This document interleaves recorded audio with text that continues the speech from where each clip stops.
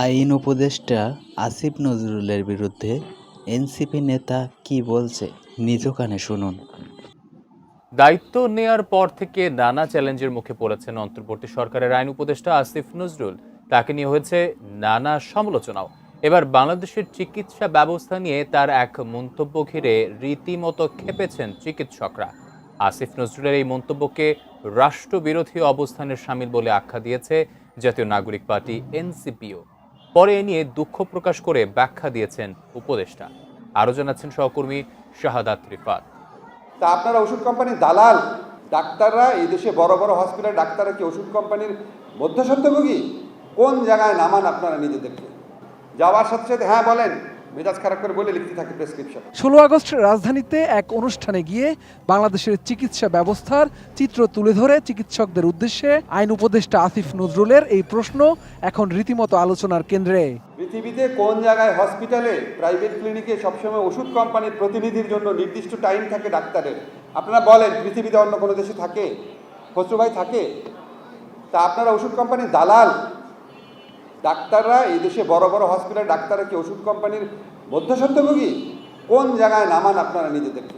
আসিফ নজরুলের এমন প্রশ্ন ও মন্তব্য গণমাধ্যমে প্রকাশ হলে তা নিয়ে ক্ষোভ দেখা দেয় চিকিৎসকদের মাঝেও। তাদের দাবি, একজন দায়িত্বশীল ব্যক্তির এমন বেফাঁস কথাবার্তা কোনোভাবেই কাম্য নয়। বিষয়টি নিয়ে এবার কড়া জবাব দিয়েছে জাতীয় নাগরিক পার্টি এনসিপি। দেশের চিকিৎসা পেশা সম্পর্কে আইন উপদেষ্টা আসিফ নজরুলের মন্তব্যকে চরম দায়িত্বজ্ঞানহীনতা ও রাষ্ট্রবিরোধী অবস্থানের শামিল বলে আখ্যা দিয়েছে দলটি। 17 আগস্ট এনসিপির যুগ্ম মুখ্য সমন্বয়ক ও হেড অব হেলথ উইং ডাক্তার মোহাম্মদ আব্দুল আহাদের সই করা বিবৃতিতে আসিফ নজরুলের মন্তব্যের তীব্র নিন্দা ও প্রতিবাদ জানানো হয়। এতে উল্লেখ করা হয়, এটি চিকিৎসকদের প্রতি চরম অবমাননা। চিকিৎসক সমাজকে অসম্মান করা মানে দেশের প্রতিটি সাধারণ নাগরিককে অসম্মান করা উল্লেখ করে বিবৃতিতে বলা হয়, চিকিৎসকরা কেবল পেশাজীবী নন, তারা জাতির জীবন রক্ষক। আসিফ নজরুলের মতো অন্তর্বর্তী সরকারের উপদেষ্টার এমন দায়িত্ব জ্ঞানহীন বক্তব্য সরকারের গ্রহণযোগ্যতা ও বিশ্বাসযোগ্যতাকেই প্রশ্নবিদ্ধ করতে পারে সতর্ক করে জাতীয় নাগরিক পার্টি এনসিপি বলছে, তারা দৃঢ়ভাবে বিশ্বাস করে চিকিৎসকদের অবমাননা করে কারো ব্যক্তিগত জনপ্রিয়তা বাড়ানো যায় না, বরং এতে জনগণের আস্থা নষ্ট হয় এবং স্বাস্থ্য ব্যবস্থা বিপর্যস্ত হয়।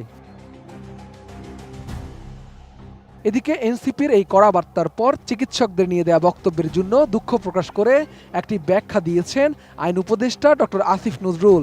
17 আগস্ট রাতে নিজের ভেরিফাইড ফেসবুক পেজে ডাক্তার প্রসঙ্গ শিরোনামে দেয়া এক পোস্টে তিনি এই ব্যাখ্যা তুলে ধরেন। আসিফ নজরুল তার পোস্টে বলেন, গতকাল একটি অনুষ্ঠানে ডাক্তারদের সম্পর্কে তিনি কিছু কথা বলেছিলেন। প্রথমে রোগী হিসাবে তার ভালো অভিজ্ঞতার কথা বলেছেন, তারপর অন্যদের অভিজ্ঞতার ভিত্তিতে জানা কিছু সমালোচনার কথা বলেছেন। সেখানে তিনি বলেছেন, এই সমালোচনাগুলো সব ডাক্তারের জন্য প্রযোজ্য নয়। বলেছেন, অনেক ডাক্তার আছেন ভালো, কিন্তু অন্য অনেকের বিরুদ্ধে অভিযোগ আছে, কিন্তু অভিযোগ স্টেটমেন্ট আকারে বলেছেন, কিছু প্রশ্ন আকারে। আসিফ নজরুল বলেন, পত্রপত্রিকা যখন এগুলো ছাপিয়েছে তখন তারা সম্পূর্ণ বক্তব্য তুলে ধরেননি।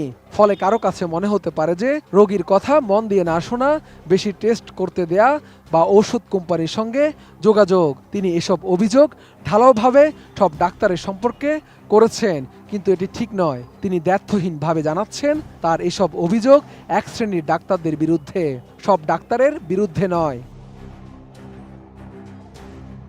দেশের বিপুল সংখ্যক রোগীদের সেবা করা ডাক্তারদের কাছে এটি গভীর মনোবেদনার কারণ হতে পারে জানিয়ে আসিফ নজরুল বলেন, ডাক্তার ভাই বোনদের কাছে তিনি দুঃখ প্রকাশ করছেন।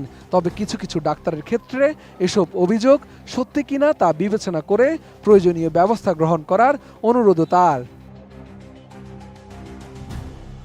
শাহাদাত রিফাত, এটিএন নিউজ, ঢাকা।